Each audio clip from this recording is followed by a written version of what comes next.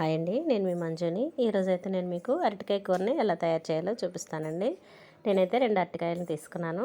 బాగా కడిగి చెక్కు తీసి అయితే పెట్టుకోవాలండి. అయితే అరటికాయలను ఎప్పుడు కూడా కొంచెం కల్లుప్పు వేసి వాటర్లో ఇట్లా చెక్కు తీసినాక కొద్దిసేపు నానబెట్టుకోవాలన్నమాట.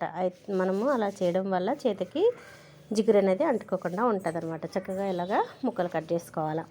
చేసుకున్నాక ఉల్లిపాయలు, టమాటాలు తీసుకున్నాను.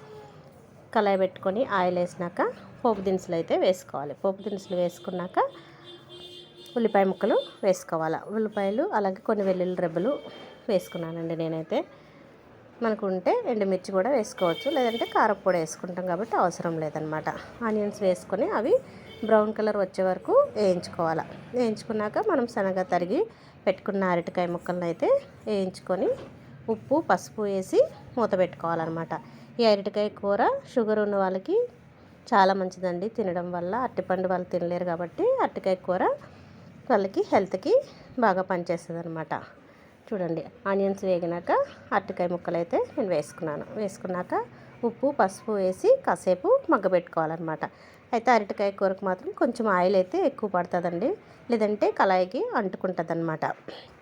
ఒక 2 మినిట్స్కి 3 మినిట్స్కి మనం సిమ్లో పెట్టే వేయించుకోవాలన్నమాట. దీన్ని ఇట్లనే మగ్గబెట్టి ఫ్రై చేసుకోవచ్చు, లేదంటే మనము వాటర్ వేసుకుంటే చపాతీలోకి రొట్టెలోకి తినడానికి బాగుంటుంది అనమాట. చూడండి, ఇట్లా ఇదిగో కర్రీ అయితే రెడీ అయిపోయిందండి. Thank you.